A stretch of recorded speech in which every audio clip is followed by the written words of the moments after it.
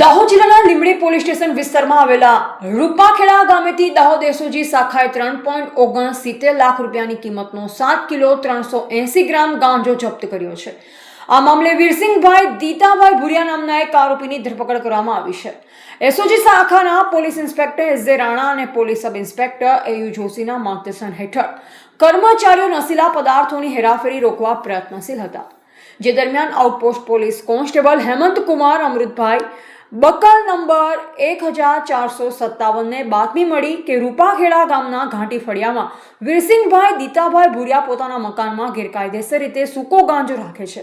આ બાતમી આધારે એસઓજી ટીમો પંચો સાથે બાતમીવાળી જગ્યાએ દરોડો પાડ્યો। દરોડા દરમિયાન આરોપી વીરસિંહ દીતા ભુરિયા હાજર મળી આવ્યા। તેમના ઘરની તલાશી લેતા વનસ્પતિજન્ય માદક પદાર્થ ગાંજો મળી આવ્યો।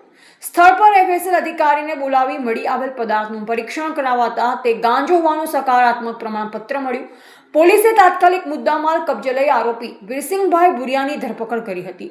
લીંબડી પોલીસ સ્ટેશનમાં તેની વિરુદ્ધ એનડીપીએસ એક્ટ હેઠળ કાયદેસરની કાર્યવાહી હાથ ધરવામાં આવી છે। જપ્ત કરાયેલ મુદ્દામાલમાં 7 કિલો 380 ગ્રામ સૂકા ગાંજાનો સમાવેશ થાય છે, જેની બજાર કિંમત આશરે 3,69,000 રૂપિયા આંકવામાં આવી છે।